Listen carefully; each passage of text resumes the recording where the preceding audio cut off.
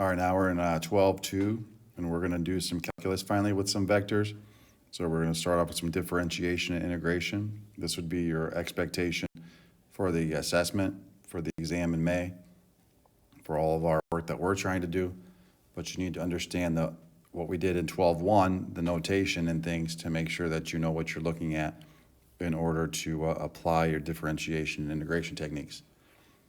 So definition of derivative for a vector valued function. Derivative of r is going to still be my limit as delta t approaches 0. So this very much looks like my f of x plus h minus f of x all over h. They just put delta t's in there. Okay, everything else looks the same. They just have to change it because now it's a vector instead of just a function. All right, differentiation of vector valued functions can be done component by component. So if you're in the I and j notation, you just take the derivative of what's in front of I, take the derivative of what's in front of j. Okay, so here's the long version here. So again, we've got our r prime, we've got our f of x plus h minus f of x all over h. So if we're going to evaluate that, then I can take my f of t, I, my g of t, j, minus f of t I, g of t, j. Okay, so they just put the pluses in front here and they put the minuses in the back. I can rearrange that because it's addition and subtraction in any order. And I can put my i's together in terms of f. And I can put my g's together in terms of j. All right, so from there, if I take my derivative, I'm going to end up with my f function that's in terms of my I and my g function that's in terms of my j. It's just sorting out and reordering things you already have to get to what you want to get to. All right, so here's the box definition, differentiation of vector value functions. Vector r of t is my function f of t with my vector I, plus my function g of t with my vector j. So realize who are vectors and who are functions in front, and f and g are differentiable functions for t, so they have to have a derivative.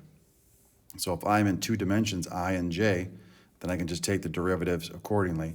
If I am in 3 dimensions, I and j and k, now we're going to have 3 different derivatives. All right, here's an example. R of t is ti plus t squared plus 2j. Find the derivative. So component by component, if I take my derivative of t with a vector I, that's going to be a 1i. Take my derivative, it's going to be a 2tj. All right, then they want us to sketch the plane curve represented and the graphs of r of 1 and r prime of 1. All right, so from the position vector r of t, you can write the parametric, right? Because now it's going to be how am I going to graph it, right? My I is a t, so my horizontal is changing according to the function t, and my vertical is changing. So for me to graph it, I'm saying that x is going to be t, and y is t squared plus 2, which is why we did parametrics before you do vectors. So therefore, the corresponding rectangular equation is going to be y equals x squared plus 2. Right, so if I take my x equals t and I substitute x in for t, now I've got only 2 variables, x and y. So this is the equation they want us to graph. So when t is equal to 1, then r is equal to, okay, so all they did is put a 1 in for t in both spots. So then r prime of 1 is going to be, so again, I can look at my r prime and I can evaluate at 1.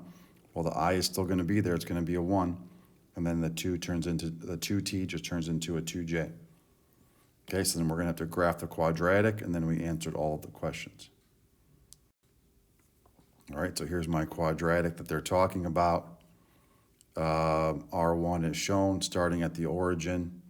So here's my R1 starting at the origin coming out. My derivative at 1, right, is my tangent line. You can see how it's coming off of the curve there.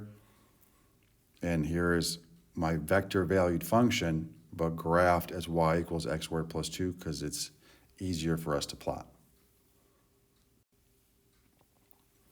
All right, properties of derivatives of vector value functions. So if I have some sort of C scalar multiplier, I can take the derivative and the number comes along with, just like when we did with functions. Sum or difference is still sum or difference. Product rule is still product rule, but this is a product of a vector and a function, right? W is not a vectored value function. He's just a regular old function of t. He's not in bold. So now if I did a vector times a vector, this is what they would call a dot product. And if you're looking at the dot product, it is still the product rule, right? Derivative of the first times the second plus derivative of the second times the first. And those are all vectors. So this product rule should not change us around at all. All right, so this cross product was going to be different, but for purposes of our course, we are not concerned with the cross product. That is not something we work with, so you don't have to worry about that one. All right, we have a composite function now. We're putting in a function w into the vector r, and the chain rule works the same way.